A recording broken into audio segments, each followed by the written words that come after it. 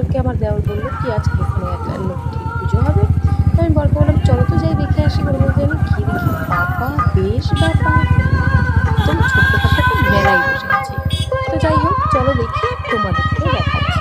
অনেকেই গেছো হয়তো, অনেকেই যাওনি। যারা আমার মতন যাওনি তারা দেখে নাও, বিবেকানন্দ স্ট্রিটে আমাদের শ্মশানের লাগোয়া যে মন্দিরটা আছে, সেই মন্দির উপলক্ষে কালী পুজোটা হয়। সেই মন্দিরে যে কালী ঠাকুর আছে সেখানেই হয়। আর এখানে 51টা ঠাকুরের পূজা হয়, মায়ের বিভিন্ন রূপের। তো সেটাও আমি ধীরে ধীরে ধীরে ধীরে খোলার চেষ্টা করেছি, জানি না কতটুকু, কিন্তু নামগুলো আমি ঠিক সবগুলো ইসে করতে পারিনি, যেহেতু রাস্তায় ভিড় ছিল আর আমি গাড়ির লোক থেকেই গিয়েছিলাম।